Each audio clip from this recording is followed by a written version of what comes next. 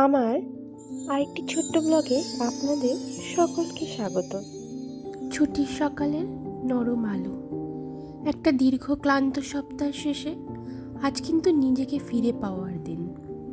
শুধু জানলার পাশে বসে থাকা, এক কাপ গরম চা আর নিজের সাথে নীরব কথা, বাইরে হালকা রোদ, পাতার ফাঁকে ফাঁকে আলোর খেলা করা।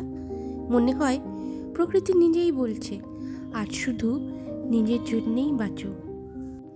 আকাশ ভেঙে যখন জল নামে, বৃষ্টির প্রতিটা ফোঁটাও যেন বলতে থাকে সব ঠিক হয়ে যাবে, একটু ধৈর্য রাখো।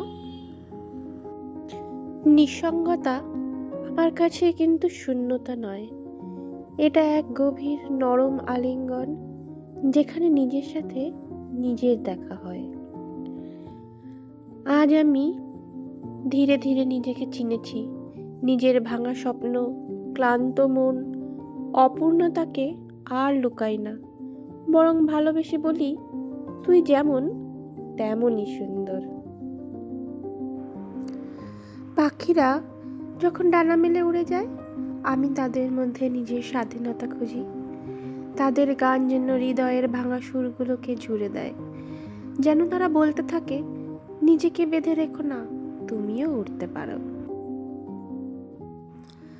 আর এই ফুলগুলো, তারা শেখায় স্বল্প সময়েও কিভাবে পূর্ণ হয়ে ফুটতে হয়, কাউকে কিছু না জানিয়ে ভালোবাসা কিভাবে ছড়িয়ে দিতে হয়। পাতার দোলায়, বাতাসের স্পর্শে, সূর্যের কোমল আলোয়, পাতার মর্মর ধ্বনি, ভোরের শিশির, আকাশের নীল নীরবতা, সবাই যেন বলতে থাকে, তুমি একা নও, আমরাও আছি।